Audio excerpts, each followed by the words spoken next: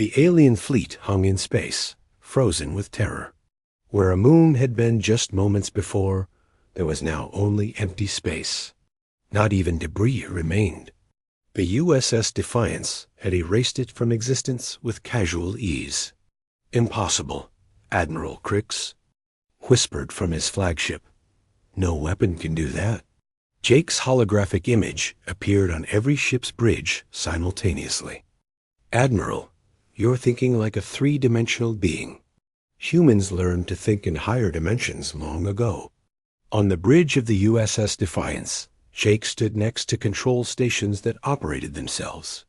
Lights flowed along the walls like living things. The ship hummed with power that came from technologies the galaxy had forgotten. "Lisa," he said quietly, "scan their ships. I want to know what we're dealing with." "Already done, Jake. Standard plasma weapons, particle shields, fusion reactors. Their most advanced ship is about 50 years behind where humans were before the Transcendence." Jake nodded. "And their fleet composition? 12 ships total? Various alien species working together. Probably a joint scavenging operation. They expected to overwhelm a single derelict." Through the ship's sensors, Jake could see the alien crews on their bridges. Some were terrified. Others were angry. A few were trying to understand what they had just witnessed. "Open a channel to all ships," Jake ordered. "Channel open," Lisa replied. Jake's voice echoed across every ship in the fleet. "My name is Jake Miller. I am the last active guardian of the human ship USS Defiance. You came here seeking easy salvage. Instead, you found something that should have remained sleeping." Admiral Crix found his voice. "What are you?" "The histories say humans were primitive. Weak. You disappeared because you couldn't compete." Jake smiled coldly. "The histories were written by the victors, Admiral. But there were no victors in humanities. Departure. We simply chose to leave." Inside the USS Defiance, Vextil and his crew were still trapped in the corridor. They could hear everything through the ship's communication system. Their understanding of the galaxy was crumbling with every word. "Jake," Zarkot called out. "If humans were so powerful, why did you leave? Why disappear?" Jake's hologram appeared in the corridor with them. "Because we outgrew the need for physical existence. We learned to upload consciousness into quantum substrates. We learned to manipulate reality at the fundamental level. Most of humanity chose to transcend into higher dimensions." He gestured around the ship. "But we knew others would eventually find our technology. So we left guardians. Ships like this one, scattered throughout human space, waiting." "How many ships?" Vextel asked. "Enough," Jake replied. "Hidden in asteroid fields, drifting in dark space, buried on dead worlds. All waiting for the day when someone tries to steal what we left behind." Admiral Crix broke into the conversation. "If there are more ships like yours, why haven't we found them?" "Because they're sleeping," Jake explained. "The Guardians only wake when human technology is threatened, or when someone proves hostile to our legacy." Jake turned to address the full fleet. "Let me tell you what happened to the last species that tried to claim human worlds. The Vorth Empire. They don't exist anymore." "I've never heard of the Vorth Empire," said another alien captain. "Exactly," Jake replied. "They were erased from history. Every world, every ship, every trace of their civilization. Gone, as if they never existed." The alien crews exchanged worried looks. An entire species erased from history. That was beyond warfare. That was godlike power. "But we're not unreasonable," Jake continued. "Humanity learned mercy along with power. So I'm going to give you a choice." The ship's weapons powered down slightly. The crushing presence of the USS Defiance lessened just enough for the aliens to breathe again.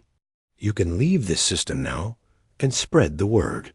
Tell the galaxy that humanity's legacy is protected. Tell them that some things are better left alone. And if we refuse?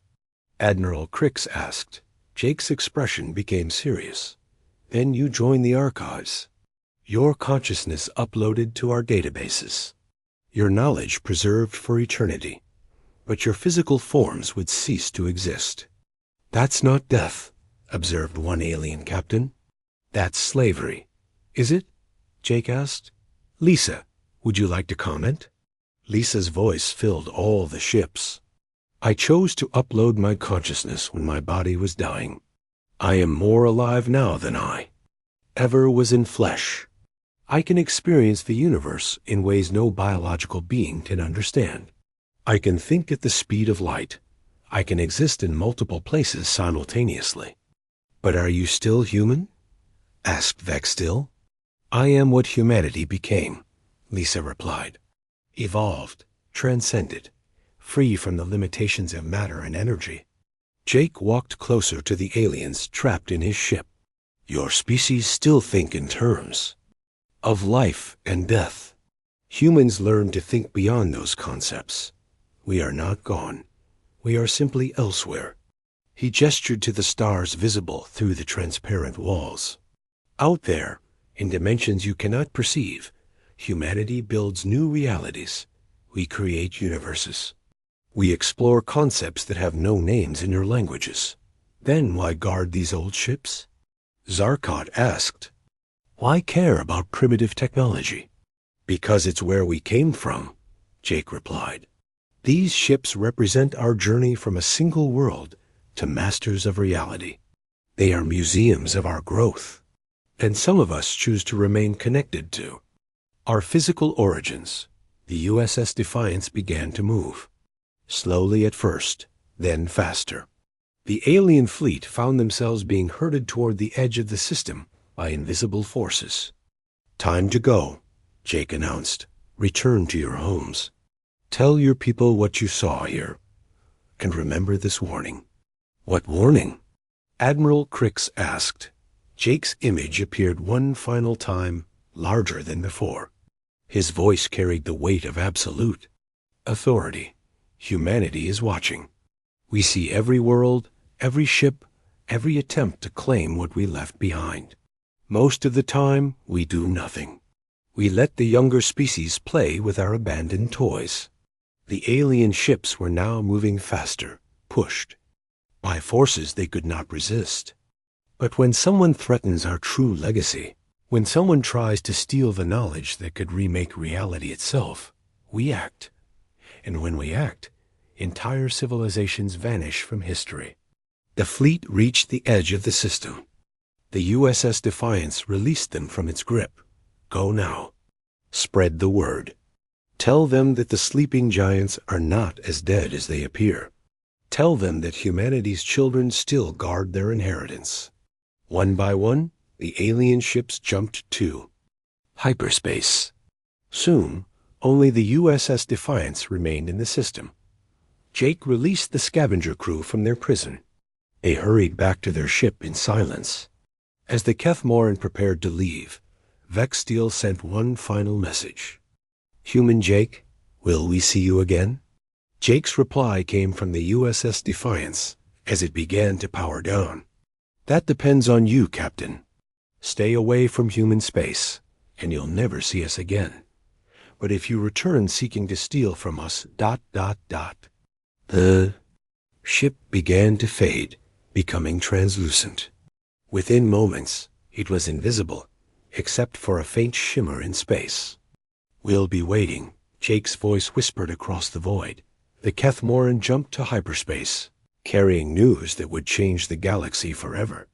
Behind them, the USS Defiance settled back into its patient vigil. Jake returned to the medical bay, but he did not go back to sleep. Lisa, he said, how many other Guardian ships have been activated recently? 17 in the last year, she replied. Word is spreading that human artifacts are valuable. More scavengers are venturing into our space. Jake nodded. Then it's time to wake them all. Send the signal. Across the galaxy, in hidden places where human ships waited in the dark, ancient systems began to activate. Guardians stirred from their long sleep. The children of humanity opened their eyes and remembered their purpose. The galaxy was about to learn that some legends never truly die. They just wait for the right moment to return. The alien scavengers hurried through the corridors of the USS Defiance. The blast doors were open now, but they could close again at any moment. Vex still led his crew toward their ship as fast as they could move. "Captain," Zarkot said into his radio, "we need to get some of this technology. Look at these wall panels. Look at these computers. We could be rich beyond imagination." "Are you insane?" Vex still replied. "Did you not hear what that human said? Did you not see those weapons?" But Zarkot was not listening. Greed filled his mind. He had spent his whole life scavenging scraps. This ship could make him wealthy enough to buy his own planet. "Just a few components," he said. "Small things they won't miss." Zarkot stopped at a wall panel and pulled out his cutting tools. The laser torch began to slice through the metal. Around a computer interface. Immediately, alarms started blaring throughout the ship. Red lights flashed in the corridors. The temperature began to drop. "Warning," came Lisa's voice from everywhere at once.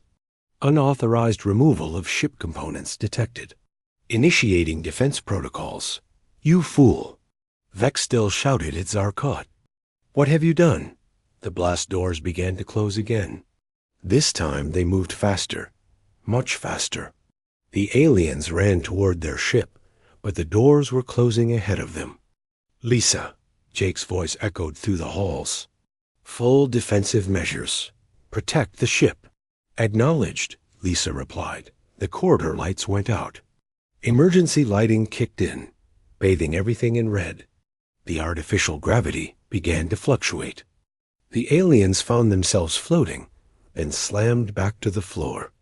"Captain," came Hicks's panicked voice over the radio. "Something is happening to our ship. The hull is being scanned by some kind of energy beam." Vex still grabbed his radio. "Get us out of here. Start the engines." "I'm trying, Captain." "But something is interfering with our systems. The engines won't respond." In the engine room of the USS Defiance, Jake watched the alien scavenger ship through the ship's sensors. "Lisa, disable their weapons and engines, but don't destroy them yet." "Already done, Jake. Their ship is helpless." On the bridge of the Kef Morin, Hicksona watched her control panels go dark one by one. First, the weapon systems failed. Then the engines stopped responding. Finally, even life support began to flicker. "Captain," she called into her radio, "we're losing all systems. Whatever that human ship is doing, it's shutting us down." Back inside the USS Defiance, the aliens found themselves trapped in a corridor. Blast doors blocked both directions. The walls began to glow with strange energy patterns. "Jake," Lisa's voice said calmly, "shall I begin data extraction from the intruders?" "What does that mean?" Grex asked in terror. Jake's voice answered from hidden speakers. "It means Lisa can scan your brains and download everything you know. Your memories, your knowledge, your experiences. Everything."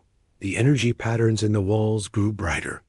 The aliens felt a tingling sensation in their heads. "Stop!" Vextel shouted. "We surrender. We'll leave peacefully." "Too late for that," Jake replied. "You tried to steal from us. Now you face the consequences." But Zarkot was not ready to give up. He pulled out his plasma rifle and fired at the nearest wall panel. The energy bolt struck the wall and simply disappeared. The wall was not even scratched. "Adaptive armor," Lisa explained. "The hull absorbs energy attacks and converts them to ship power. Thank you for the contribution." Zarkot fired again and again. Each shot was absorbed without effect. Finally, his weapon overheated and shut down. "Are you finished?" Jake asked. The corridor suddenly filled with a holographic image. Jake appeared as if he was standing right there with them, but they could see through him like a ghost. "Let me show you what human technology can really do," he said. The walls around them became transparent again, but this time they could see outside the ship. Space stretched out in all directions, and in that space something impossible was happening. The USS Defiance was changing. The hull was flowing like liquid metal. New weapons emerged from hidden compartments. The entire ship was rebuilding itself before their eyes. "The Defiance is a living ship," Jake explained. "It can repair itself, modify itself, and grow new capabilities as needed." The aliens watched in horror as gun turrets the size of buildings emerged from the ship's hull. Energy collectors that looked like giant flowers opened to gather power from nearby stars. Shield generators created barriers of pure force around the vessel. "This is impossible," Bextil whispered. "No species has technology like this." "Humans did," Jake replied. "We had thousands of years to perfect our science. We learned to manipulate matter at the molecular level. We learned to harness the power of stars. We learned to bend space and time itself." On the bridge of the Kethmoran, Hixina watched her instruments in disbelief. The human ship was now showing power readings that broke her scanners. Energy output equivalent to a small sun. Weapons that could destroy planets. "Captain," she called desperately, "that ship could vaporize our entire fleet without effort. We need to get out of here." But there was no escape. The USS Defiance had them trapped in its gravity field. Their ship was held as easily as a child holds a toy. "Jake," Lisa said, "I'm detecting 12 more scavenger ships approaching this system. Word of our presence has already spread." "Show me," Jake replied. A holographic display appeared showing the approaching ships. They were larger than the Kethmoran and heavily armed. Battle cruisers from various alien species, all coming to claim the human ship. "They think we're helpless," Jake said with amusement. "They think one old human ship is easy prey." "Shall I prepare a demonstration?" Lisa asked. "Yes, but don't destroy them all. We want survivors to spread the word." The aliens in the corridor watched in fear as the USS Defiance prepared for battle. Weapon systems they could not understand powered up. Energy signatures that defied physics peered on their scanners. "What are you going to do?" Vextil asked. "We're going to remind the galaxy why humans were feared," Jake replied. "Before we transcended, we were the apex predators of known space. No one fought us twice." The first wave of alien ships dropped out of hyperspace at the edge of the system. Their commanders expected to find a defenseless derelict and some easy scavengers to bully. Instead, they found the USS Defiance in full battle configuration. A ship that looked like it was built by gods for the purpose of war. "This is Admiral Crix of the Hegemony Battle Fleet," came a transmission. "Surrender the human vessel immediately or be destroyed." Jake appeared on their screens as a hologram. Behind him, they could see the bridge of the USS Defiance. It was massive, with control stations that seemed to operate themselves. "This is Chief Petty Officer Jake Miller of the Human Defense Force," he replied calmly. "You have 10 seconds to leave this system before I demonstrate why humanity ruled the galaxy." The alien admiral laughed. "One ship against 12? You humans really were as stupid as the histories say." "Lisa," Jake said quietly. "Show them what?" The histories forgot to mention. The USS Defiance fired a single weapon, not at the alien ships, but at a dead moon orbiting a nearby planet. The energy beam struck the moon, and it simply ceased to exist. Not destroyed, not vaporized. It was gone as if it had never been there at all. The alien fleet fell silent. "That was our lowest power setting," Jake announced. "Would you like to see what happens when we get serious?" Jake Miller stood up from the medical pod and looked around the room. He was taller than any of the aliens. His shoulders were broad, and his arms were thick with muscle. The blue uniform he wore had strange symbols on it that the aliens did not. "Recognize. Lisa," he said to the air. "Status report." "All systems are coming online, Jake," the voice replied. "Ship integrity is good. Weapons are functional. We have visitors aboard." Vextil stepped forward carefully. He did not want to make the human angry. "We are peaceful scavengers," he said. "We thought this ship was dead." Jake looked at him with those blue eyes. "Dead? No, not dead. Just sleeping." He walked over to a wall panel and pressed some buttons. Information appeared on a screen. "Lisa, how long since the last crew member died?" Commander Lisa Brooks uploaded her consciousness to the ship's core. 230 years ago. You are the last biological crew member." The aliens looked confused. Uploaded consciousness? What did that mean? Jake saw their confusion and smiled. "Lisa was my commanding officer. When her body was dying, she chose to become part of the ship instead. Now she is the ship." "That's impossible," Zarkot said. "Consciousness cannot be transferred to a machine." "Can't it?" Jake asked. He pressed more buttons on the panel. "Lisa, show them what you can do." The lights in the room began to pulse in a pattern. The walls themselves seemed to breathe. The air around them moved without any fans or vents. "I am the USS Defiance," Lisa's voice said. "Every wire, every circuit, every system. I am alive in ways your people cannot understand." Vextel felt scared. This was beyond anything he had ever seen. "What are you?" he asked. "Human," Jake replied simply, though perhaps not the kind of human you learned about in your history books. Jake walked to another panel and called up more information. Ship logs appeared on the screen. Thousands of entries going back hundreds of years. "Let me tell you a story," Jake said. "Once upon a time, humans decided to leave this reality behind.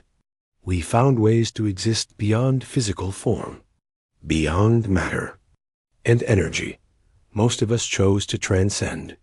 He pointed to the screen, but some of us stayed behind, as guardians, as watchers, to protect what we left behind and to greet anyone who might come looking.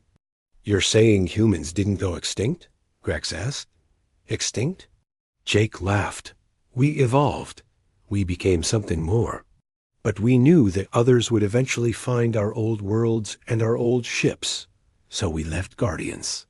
The aliens looked at each other. This changed everything they thought they knew about humans. The USS Defiance was one of the last ships built before the Transcendence, Jake continued.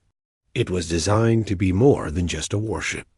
It was meant to be a repository of human knowledge and technology.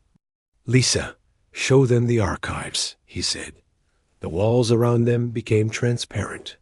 Beyond the medical bay, they could see vast rooms filled with strange machines. Libraries that seemed to go on forever. Workshops where robotic arms built impossible. Devices. "This ship contains the complete history of humanity," Lisa said. "Our science, our art, our philosophy. Everything we learned in our time as a physical species." Vextel stared at the amazing sight. "Why are you showing us this?" "Because you triggered our security protocols when you boarded," Jake replied. "The ship detected unauthorized intruders and woke me up." The blast doors around them suddenly seemed much more ominous.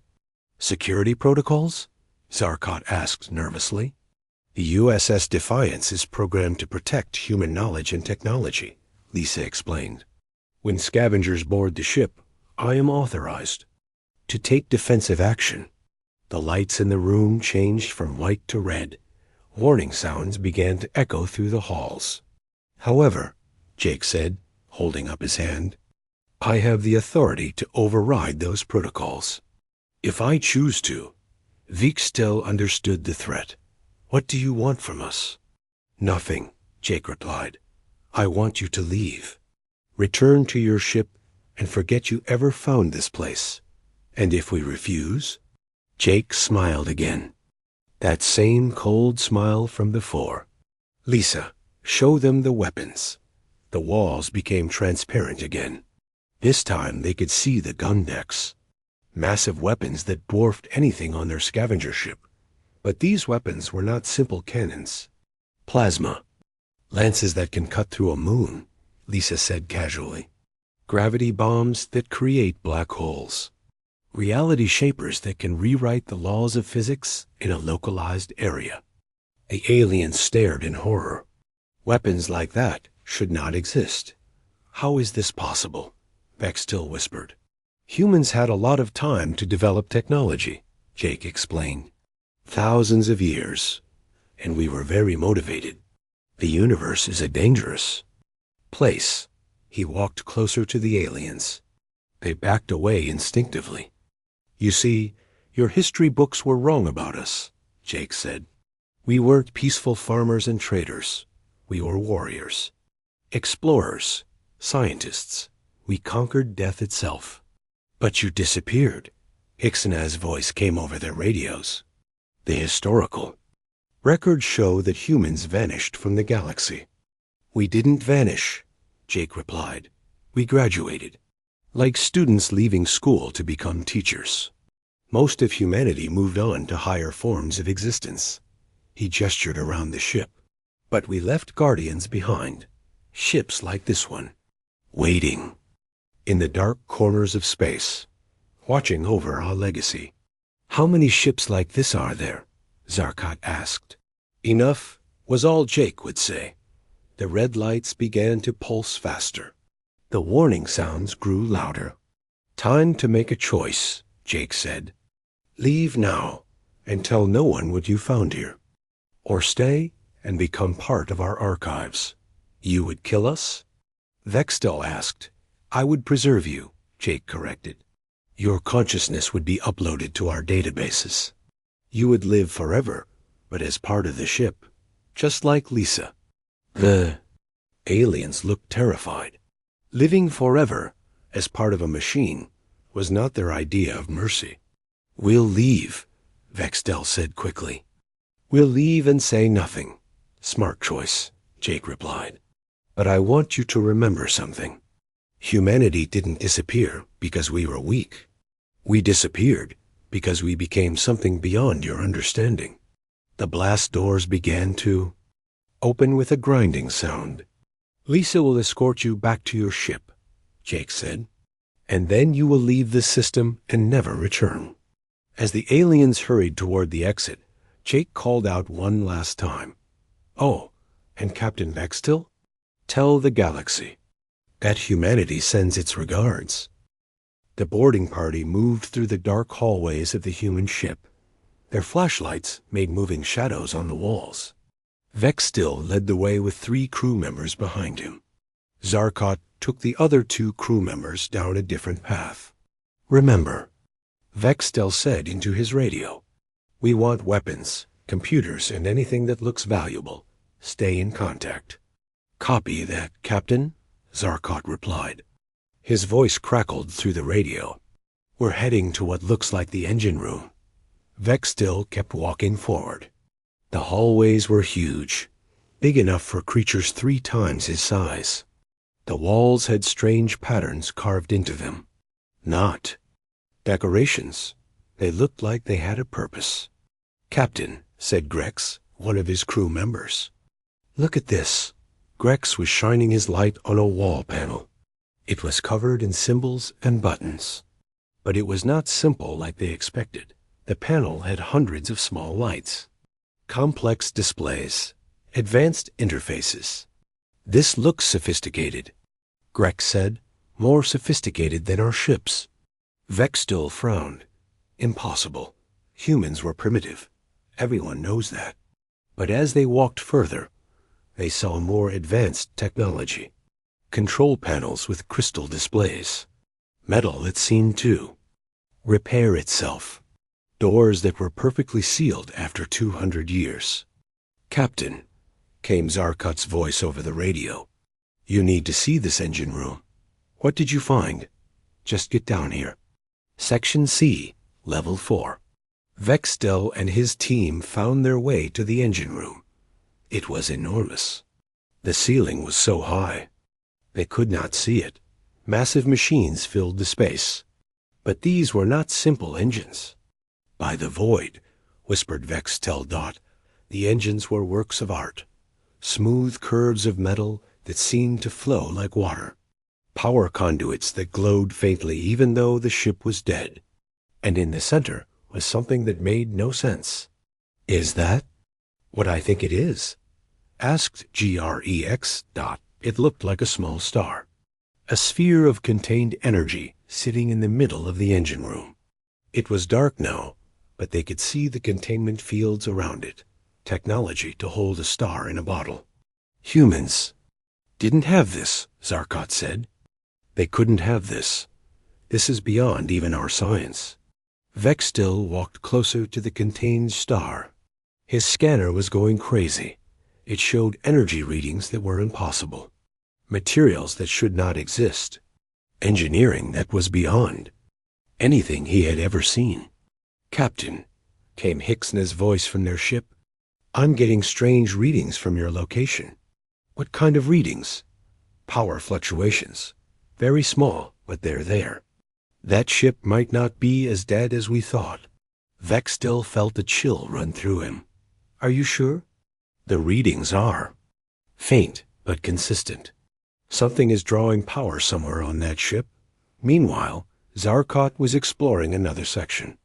He found what looked like a medical bay. Rows of beds with machines attached. Most were empty, but one was different. "Captain, I found something," he said into his radio. "What is it?" "A medical pod. Still active. There's something inside."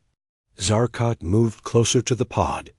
It was made of clear metal he could see through. Inside was a human, a male wearing a blue uniform. He looked young, maybe 30 years old. Tubes and wires connected to his body. The pod had a display showing vital signs. Heart rate, brain activity. Everything said the human was alive, but sleeping. "There's a human in here," Zarkot reported. "Alive." "That's impossible," Vextil replied. "This ship has been dead for 200 years. I'm looking at him right now. The medical pod is keeping him alive, some kind of long sleep." Vextil left the engine room and hurried to the medical bay. When he saw the pod, he could not believe it. The human inside looked peaceful, like he was just taking a nap. "How is this possible?" Vextil asked. Zarkot checked the pod's display. "According to this, he's been in medical stasis for 247 years. The pod has been repairing damage to his body this whole time. Can we wake him up? I don't know. The controls are in human language." Vex still looked at the sleeping human. He was tall, even lying down. Bigger than the humans in the history books. Stronger looking. This was not the weak, primitive human he expected. "Captain," came Hixana's voice again. "Those power readings are getting stronger." "Much stronger." "How much stronger?" "They've doubled in the last 5 minutes. Something is waking up on that ship." As if her words were magic, lights began to flicker in the medical bay. Red emergency lights came on. Then white lights. The walls began to hum with power. "By the void," whispered Grex. "The ship is coming online." Vextil grabbed his radio. "All teams, return to the ship immediately. This is not a drill."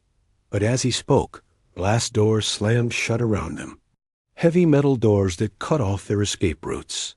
The hallways that were open before were now sealed. "Captain," came a scared voice from one of his crew members. "The doors won't open. We're trapped." The lights grew brighter. The humming grew louder. And then they heard something that made their blood freeze. A voice, speaking in perfect galactic standard language. Unauthorized personnel detected on board USS Defiance. Please identify yourselves. The voice was calm, professional, but it came from everywhere at once. From the walls, the ceiling, the floors. Who said that? Zarkot asked. Unknown, Vextil replied. There should be no one alive on this ship. Except him, Grex said, pointing at the human in the medical pod. As they watched, the pod began to change. The sleeping human's vital signs increased. His heart rate went up. His brain activity spiked. The machines around the pod started working. Faster. I think we're about to meet our first human. Vextel said. The voice spoke again. Waking Chief Petty Officer Jake Miller. Medical stasis complete. All systems nominal. Steam hissed from the medical pod. A clear metal became cloudy. Then clear again. And inside, the human opened his eyes. Jake Miller looked around the medical bay. His eyes were blue and alert. He saw the aliens standing around his pod and sat up slowly. Well, he said in a voice that was deep and strong, looks like I have visitors. Vextil and his crew stood frozen. This was not going according to plan. Not at all, Dot. The human looked at them with curiosity, not fear. Like he was studying them. How long was I out? Jake asked the air. 247 years, 4 months, 12 days, came the voice from the walls. That long, huh? Huh? Jake stretched his arms and stood up. He was big, much bigger than the aliens. And who are our guests? Scavengers, based on their equipment and ship configuration, the voice replied. Jake smiled. It was not a friendly smile. Scavengers, he repeated. Well, that's interesting. The alien ship Kethmoran moved slowly through the dead space. Captain Vextil stood on the bridge, his 4 arms crossed behind his back. His crew worked at their stations around him. They were all different types of aliens. Some had scales. Others had fur, and a few had smooth skin like rubber. This was the Koran graveyard. Old ships floated here like ghosts. Most were broken into pieces. Some were just empty shells. The battle that happened here was 200 years ago. Nobody remembered who fought or why they fought, but the weapons and metal were still good. Captain, said Zarkot from his station. He was the chief scavenger. His thick arms could crush steel. I'm seeing something big on the scanners. Vextil walked over to look. The screen showed a shape in the distance. It was huge. Much bigger than there. Ship. What is it? Unknown class. Wait. Zarkot pressed some buttons. More information appeared on the screen. Captain, I think it's human. The bridge went quiet. Everyone stopped working. Human ships were rare. Very rare. Most aliens thought humans were weak and stupid. They had tried to explore space many years ago, but they failed. Their technology was bad. Their ships broke down. They all died out before they could do anything important. But human things were worth money. Rich collectors paid good prices for human weapons and tools. They liked to show them off as curiosities. Are you sure? Vextil asked. Z.A. Ricat checked his readings again. Yes, Captain. The metal is iron and steel. Very old style. And look at this. He pointed to the screen. Those are human letters on the side. Vextil could see them now. The writing was faded, but still there. USS Defiance, he read slowly. He didn't speak human language very well. That's definitely human. Hixna looked up from her station. She was their communications officer. Her large eyes could see many colors that others could not. Captain, I'm not picking up any signals from that ship. No power readings. No life signs. It's completely dead. How long has it been floating here? Vextel asked. Hard to say, Zarkot replied. But based on the damage and wear, I'd guess over 200 years, maybe longer. Vex still felt excited. A human warship this old would be worth a fortune. The weapons alone could buy them a new ship. The metal could be sold for scrap. And any working technology would make them rich. "Take us closer," he ordered. The Kethmoran moved toward the dead ship. As they got closer, everyone could see how big it really was. The human ship was 10 times larger than theirs. Maybe 20 times larger. "By the void," whispered Hixina. How did humans build something this big? The ship looked like a knife in space. It was long and sharp. The front came to a point. The back was wide with big engines. Guns stuck out from the sides, like spikes. But the guns were dark and cold. Nothing moved on the ship. "I count 40 main gun ports," Zarkot said, "plus smaller weapons all over the hull. This thing was built for war." Vex still nodded. Humans were supposed to be peaceful. That's what the history books said. They were farmers and traders. They didn't build warships. But this ship told a different story. "Look at the armor," Hixina said. "It's thick, much thicker than our ships."